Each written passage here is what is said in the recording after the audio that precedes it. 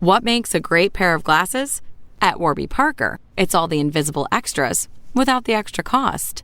Their designer quality frames start at $95, including prescription lenses, plus scratch-resistant, smudge-resistant, and anti-reflective coatings, and UV protection, and free adjustments for life.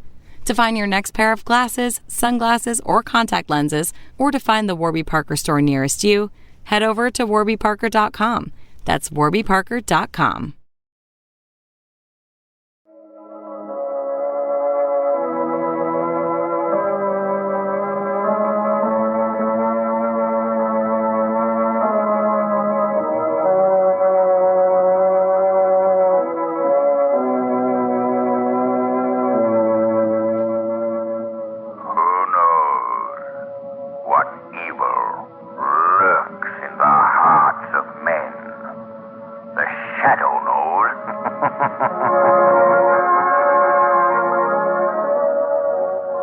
The thrilling adventures of the Shadow are on the air, brought to you each week at this time by your neighborhood blue coal dealer.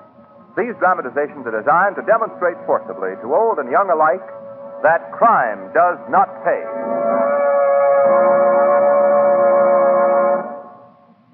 A spell of fair weather may fool you into thinking that winter is through for this year.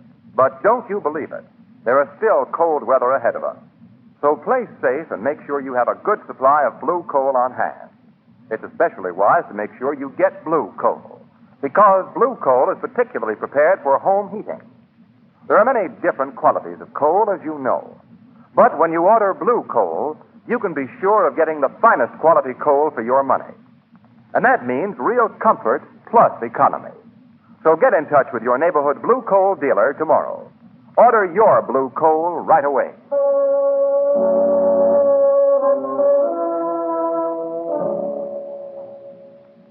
The Shadow, mysterious character who aids the forces of law and order, is in reality Lamont Cranston, wealthy young man about town. Several years ago in the Orient, Cranston learned a strange and mysterious secret. The secret of hypnotic power to cloud men's minds so that they cannot see him. Cranston's friend and companion, the lovely Margot Lane, is the only person who knows to whom the voice of the invisible Shadow belongs. Today's drama, Altar of Death.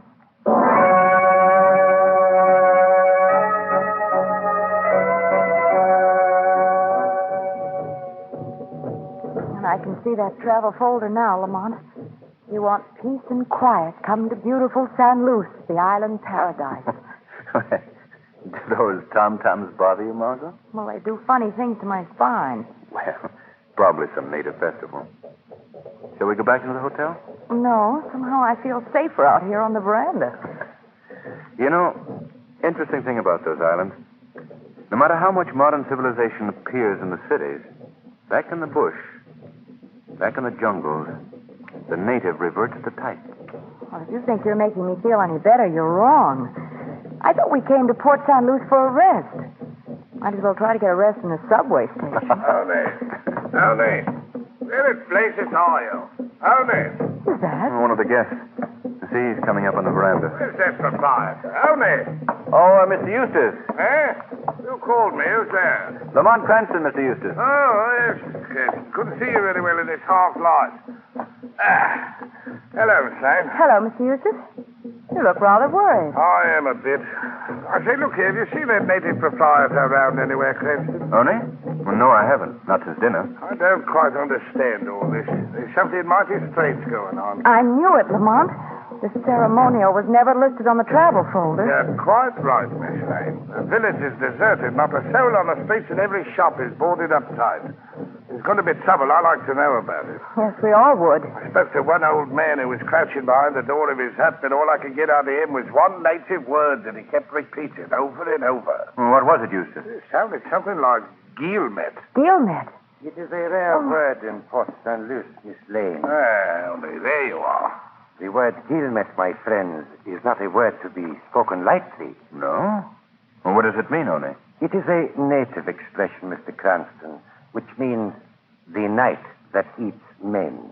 The night that eats men. Is that why the natives are hiding behind locked doors? Yes. It started, Mr. Eustace, some 10 years ago with the disappearance of a Scots explorer, and his wife named McBaird. They vanished from this island and were never seen again. That was 10 years ago this very night. But these McBairds could have just gone away of their own accord, couldn't they? They could have, yes. But on the same night, Miss Lane, every year for 10 years past, two people, a man and a woman, have disappeared without a trace from Port St. Louis. That is why the natives call it Hilmet, the night that eats men. Oh, ridiculous native superstition. It does sound fantastic, only. And decidedly unpleasant. Look. The great and terrible Kulomo is calling for the yearly sacrifice. What? He means that volcanic island off the shore there to the east of San Luis. Oh, yes. Why, smoke seems to be rising from its crater. But that volcano is extinct. Is the island inhabited? Yes, by the spirits, the evil spirits, the rulers of darkness. Oh, now, look here, only I can understand these poor ignorant blighters in the village going overboard on this superstition business. But you've had the advantage of an education. Surely you can't believe all this nonsense. In your land you have few superstitions. But here on San Luis it is different. I know. I have seen. Well, I do know it's true, Cranston, that you can't get a native to go within 3 miles of that island. It is death to set foot on it. Oh, hey, what was that? Mulhava. What did you say, Oni? Lamont, he's terrified. Oh, forgive me. Now, look, Orne, look. If you're in trouble or danger, you... Forgive me, please. Well, we'll be waiting outside here for you, Orne. Waiting outside. Oh, I know you are here somewhere. You have come for me. I am ready to die. You, there in the window. Come. I am ready.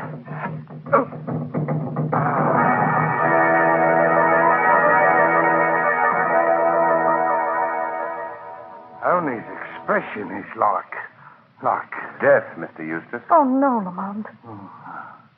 Who killed him? A native, I'd say. See this tiny poisoned dart stuck in his throat? Yes. That did the job. Oni seemed to know this was coming. Listen. Weird flute music again. Came from somewhere outside. Can you see anything from that window, Margot? Lamont, there's a figure running down to the beach. Where? See? Look, there in the moonlight. He's getting into a canoe. We've got to stop him. Come on. Out this door here. There he goes. Seems to be pulling away from shore rapidly. Can you recognize him? I'm afraid the moon isn't bright enough for that. Wait. Whoever it is, he'll go around the island and land somewhere on the opposite shore. Why do you say that, Miss Lane? Well, there isn't another body of land anywhere around here that he could escape to, Except that volcanic island, Colomo. That's where he seems to be headed. Eustace, where can I get a boat? Lamont, You're not going to follow us there. That's right. in spite of the legend that no one has ever returned from that island? Yes, Margot? How about it, Eustace? The boat. I have a slow but sturdy fishing launch, Cranston. You may have it on one condition. Oh, what's that? That you let me come along. Glad to have you, Eustace.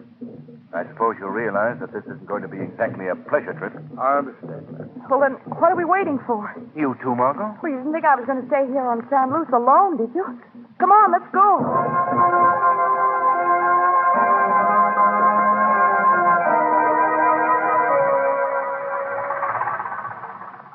Can you see him, Eustace? Right. They're dead on his trail. Good. Wish I thought to bring a gun with me. I have one on the boat, Cranston. It's aft in the leather side pocket there. Miss Lane can reach it for you. Oh, yes. Here it is, Lamont. Thanks. Eustace, never get any more speed out of this boat. He's pulling away from the more. I've got it wide open now. I think he wasn't really far. I say, Cranston, there's an arm of water just up ahead there that's thick with submerged reefs and rocks. It's a favorite underground of the sharks that infest these waters. Even the native fishermen avoid it. We have to go through that, Lamont. That man in the canoe's going around it. We've got to, Margot. We're going to head him off. We'll be tempting fate if we try it. It's our one chance to overtake him. I shall. Mighty slim with it, that. Well, what do you say, Margot? Shall we go after him or turn back? I know what your choice is, Lamont. And it's mine, too. Good. I knew you'd say that. You game, Eustace? I shall. But it's a good thing I'm a bachelor. I'm going to risk a shot before he gets too far out of range. Don't miss. He might be a nasty customer with those poison darts. Yeah. Well, here goes. Oh, not so good. Well, what's happened to old Dead-Eye Dick, Lamont? I don't know, Margot. Well, I won't miss this time. Now, Cranston, better conserve our ammunition. What's left in the gun is all I have. Yes, and we don't know what we're liable to run into on that island. Hold on. Hold on. Oh, Yeah. Yeah. Still in one piece, Eustace? Righto. The old launch may not be fast, but she's fairly sturdy. well, Lamont, I could swear I saw a big shark just licking his chops a moment ago. Take it easy, Eustace. We'll pick our way through this stretch of water. We've gained enough to afford it. Righto.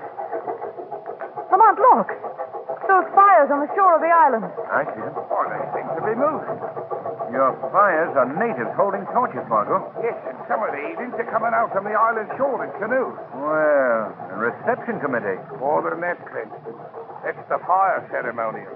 The death cart. So, the hunters become the prey. Well, let's turn back quickly, Lamont. Those canoes are filled with savages. You know what that means. I guess you're right, Eustace. Back it is. Yes, and let's see if we can't get a little more speed out of this launch. Righto. Eustace, they're coming at us fast. Can't get any more out of this motor. I'm trying. Uh-oh. Well, Eustace, we couldn't have picked a better time for the motor to go dead. It's quite an appropriate word at the moment. And the native's only about 50 yards away from that prey of yours, Lamont. Well, we still have a gun. Now, don't shoot at them, Cranston. You haven't enough bullets to do any good. With those blowguns and poison darts, we wouldn't have a chance. I guess you're right, Eustace. Lamont, Yes, Margot. any ideas? Not a glimmer. Well, we've been in tight places before. Yes, but this one is a prize winner. Looks like we're in for it, Margot. Here they come.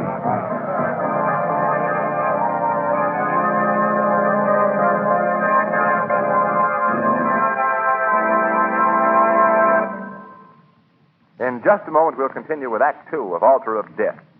First, here's something that concerns your health, your comfort, and your pocketbook, all three. What is it? It's simply the advice to heat your home with blue coal. You see, blue coal is tailor-made for your home. That is to say, it's carefully sized and graded to fit the special requirements of your furnace. That's why it gives you even, comfortable, dependable warmth throughout the house in every room. That's why it's also such a money saver. It burns so efficiently that you enjoy real economy with blue coal. When, on top of all this, your home is equipped with the new Blue Coal automatic heat regulator, then you certainly have a modern home heating combination that's mighty hard to beat. The Blue Coal heat regulator is easily and quickly installed. Quickly removed, too, in case you move. And it's easy to operate. You'll be amazed to discover the thousands of steps, yes, literally thousands, this regulator will save you in the course of a season. Ask your neighborhood Blue Coal dealer to tell you all about it. He's listed under the words Blue Coal in the yellow section of your classified phone directory. Now, back to the shadow.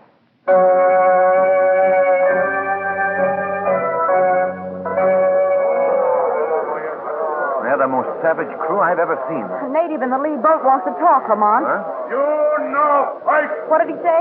He's asking us to surrender without fighting. They evidently mean to take us They alive. could kill us in a minute if they wanted to. We still have a chance this way. Mr. Eustace is right, Lamont. We still have a chance. You no fight. Okay. We won't fight. At least temporarily. I take you to chief. Katomo, Kanamosak.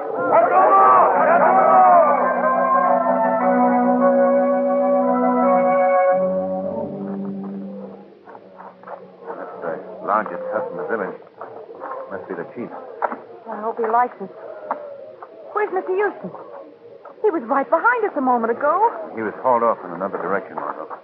Lamont, you don't think that... No. Let's not cross bridges before we come to them, Margot. Kanamola. This chief house.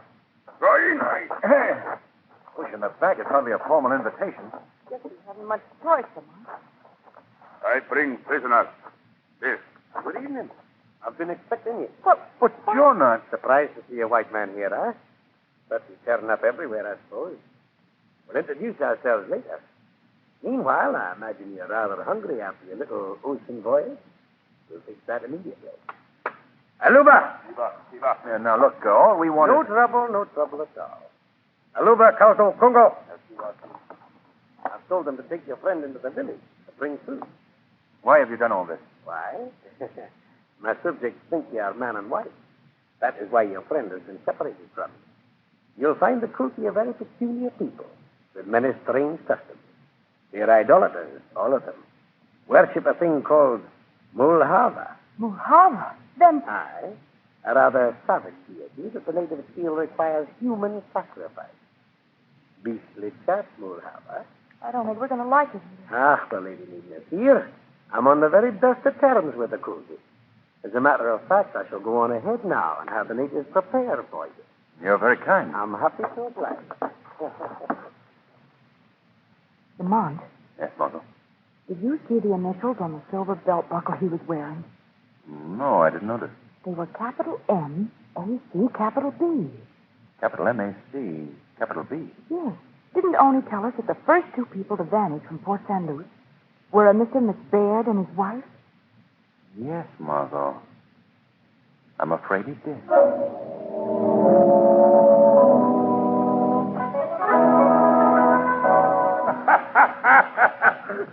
Well, you don't seem to mind our little adventure, Mr. Eustace. Yes, I noticed that too, Margot. Well, Miss Lane, Mr. Cranston, this supper our absent host has given us is enough to bring a dead man back to health. You're very gracious, Oh. Mr. Eustace. Now, as you were saying while I was gone, Mr. Cranston, this man, Oni, I believe his name was, told you of two people who disappeared from Port St. Luce every year on this night. And shortly after telling you this, he was found murdered. Why do you put that in the form of a question? It's evident that you've been listening to every word we've said. Aye, Mr. Cranston. A bad habit of mine. Very bad. Only also mentioned a man named McBaird. I see. Are you quite finished your meal? Why, yes, thank you. And now, if you could let us have some fuel for our No, boat. no. You must accept my hospitality and stay the night. Or at least part of the night. The natives are well prepared for you. What's that? I use this gong to summon my servant. The natives are coming for the stream. Oh, thank you, my dear. This is my wife. The natives took rather a fancy to her and made her a priestess. We are both devout worshippers, as a matter of fact. Hey, what's going on here? Your friend Oni told you about the man and woman who disappear every year from Port St. Lucie. Did he name Mr. Cranston? Yes? It is my pleasure to inform you, sir, that you and Miss Lane are the two who disappeared this year. No! Aye. The native in the canoe rather lured you on, I believe. He was the witch doctor of the Kulti tribe who went to Port St. Luce to murder Oni because poor Oni, he knew too much. Oh, I see. You were behind that, too. Aye. He had fallen away from the tribal laws. As for you see, a man and a woman must be killed in Mulhava's honor on this night. You met, as it is called on Port St. Luce. What is your part in all this, McBaird? For 10 years, I have engineered the disappearances of a man and a woman for the purpose of the Mulhava sacrifice. But why? Why? This volcanic island is some of the richest diamond territory in the world, Miss Lane. So that's it. Aye. I'm paid for my trouble in diamonds, which are worth more to me than to the savages, since I can reach the American and European market. You see, it's a perfect system. Not quite so perfect as it seems, though, you know. No? No. Because you've overlooked the fact that I have Mr. Eustace's revolver. Oh. Now, you take it to our boat and see that we... Oh, yes, Cranston, I forgot to tell you. What, Eustace? The gun is only loaded with blanks. You see, I'd never have given it to you if it were actually loaded. You're in on this, too. Of course, Miss Lane. I happened to be Mr. McBain's contact with his markets abroad. It was an excellent deception, don't you think? Your coming here was playing very carefully. Oh, Lamont. Don't worry, Margot. The natives are here. I will speak to them, my dear. Agato! Es tanto gori, sofa grani, ulumo, mulhava! Agato! I have just told my subjects to take you to the Temple of the Altar of Death on the rim of the volcano. There, after due ceremony, you will be cast into its bottomless pit in flames as a sacrifice to our idol, Mulhava. Oh, no, McBaird. It's not going to be as easy for me, you fool. Lamont, look out! Lamont! Mr. McBaird, your native is killed. Nay, not yet.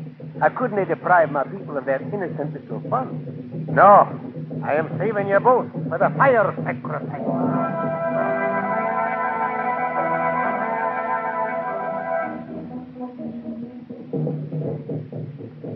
Any luck, Lamont? Afraid not, Margot. This temple's dungeon seems to be hewn out of lava formation. Will they come for us soon? Can't say, Margot. I don't know how they run these things. Oh, Lamont. Oh, now, Margot. Mustn't let that lunatic McBad enjoy himself over our fear. No, you're right. Is this it, Lamont? Looks like it, Margot. I don't see how we can possibly get out. Someone at the door. Have they come? A little sliding panel. There's a face peering in, Margot. It is I, Mrs. McBear. Mrs. McBain. I want to help you, as I've tried to help all the other poor souls who've fallen into my husband's power. Oh. Oh, I hate him. He's evil. You hate him? Will you help us escape? Oh, no, no. I want to, but they'd kill me if I did that. All I can do is to tell you the weak place in my husband's armor, for what you can make out of it. Yes, Mrs. McBain. The natives fear him. They think he's Mulhava's disciple. They fall on their knees before him. They even made me serve as priestess to keep up the pretense.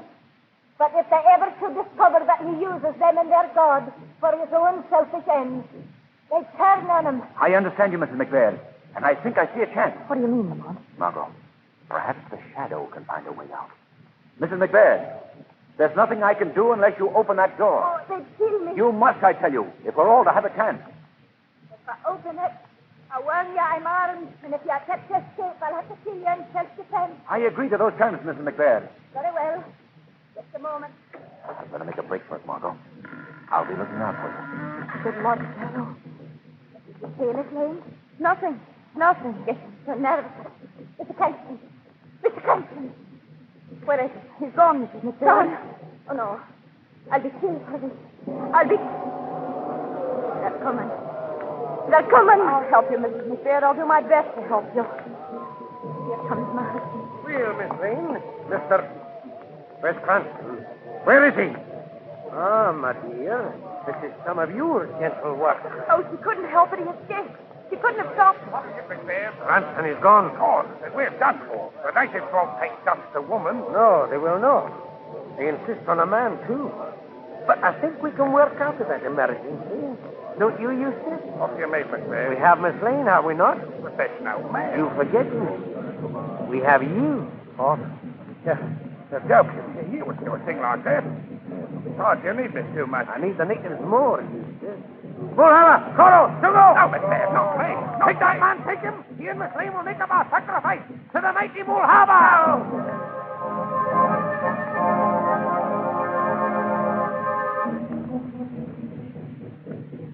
Oh, Mulhava, we bring this man and woman before your awful presence. Send us good fortune and plentiful food and the shining stones buried in the earth.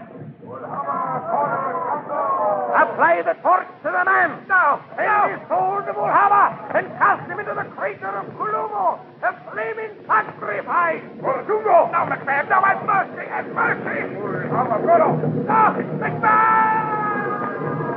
Mulhava, receive this offering. Now the woman, light the human torch. Jungo! Drop that brand. Drop it, I say. What's that? I heard the voice. So, McBain, you would set yourself up as a king. It's coming from the idol. Your evil reign is at an end, McBain. Magato, Mulhava, speak. You, priest of Mulhava, you understand me. Let there be no more human sacrifices. Shiva! No more sacrifice. Release that woman and set her free. Free the man who came to this island with her.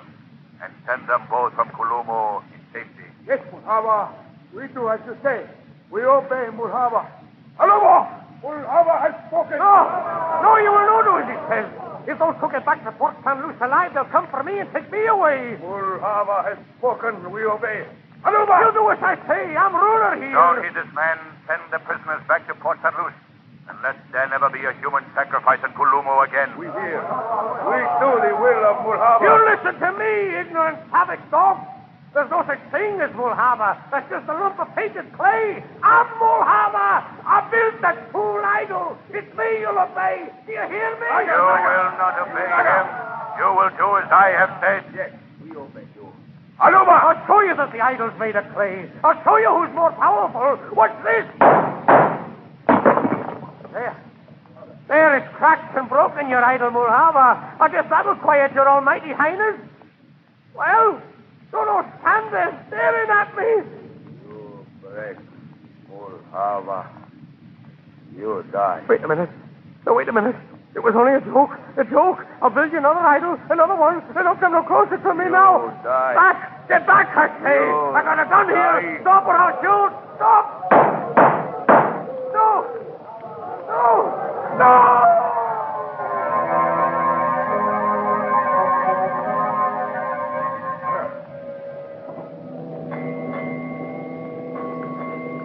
And as they say in the travelogue pictures, there, fading into the setting sun, we take our last look at the beautiful and... Terrible. And terrible island of Port St. Luce and Columo.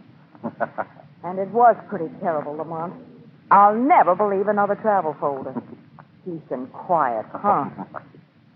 Well, you can believe them from now on, Margot. The government is going to civilize and educate those natives. And as for McBain, well, I can't help thinking that he got a sort of poetic justice. How do you mean?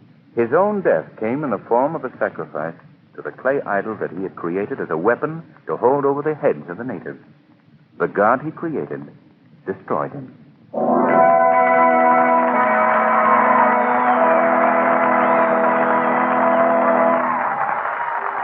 In just a moment, we'll bring you a special feature of America at War. But first, we present John Barclay, Blue Coal's Home Heating Extra. Mr. Barclay. Thank you, Ken Roberts, and good afternoon, friends. At this time of year, with rapidly changing temperatures, it's very important to know how to bank your fire properly to ensure the utmost comfort. Now, there's no magic about banking your fire, but there is a right way and a wrong way of doing it.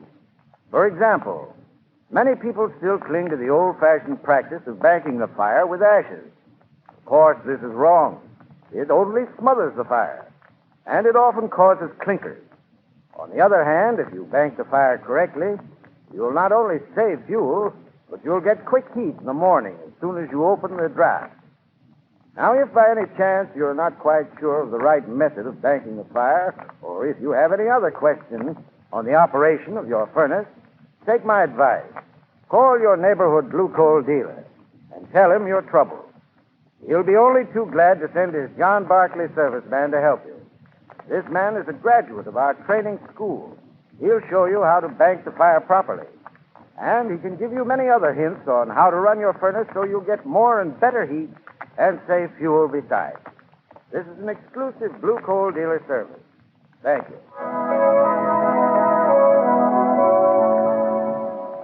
The Shadow program is based on a story copyrighted by Street and Smith Publications. The characters, names, places, and plot are fictitious. Any similarity to persons living or dead is purely coincidental.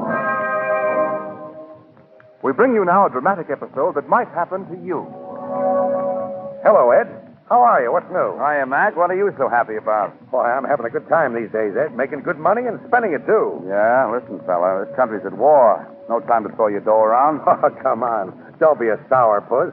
What do you want me to do with my money? Buy defense bonds and stamps. And listen, buy them regularly. Every payday. Right. Friends, now is no time for extravagance. Now is the time to put your money to work for your country. Buy defense bonds and stamps regularly every payday. Urge your friends to buy. Talk it up among your fellow employees. Many firms already are represented 100%. For example, every single employee of the DL&W Coal Company, producers of blue coal, has subscribed to buy defense bonds regularly. Let's show the axis that for nations as well as for men, The weed of crime bears bitter fruit. Crime does not pay. The shadow knows. next week, same time, same station, your friendly blue coal dealer brings you another strange and thrilling adventure in the Shadow's daring battle against the forces of evil. Be sure to listen, and be sure to phone your neighborhood blue coal dealer for greater heating comfort at less cost. Remember, keep the home fires burning with blue coal. This story was produced by the DL&W Coal Company, distributors of Blue Coal. This is the Mutual Broadcasting System.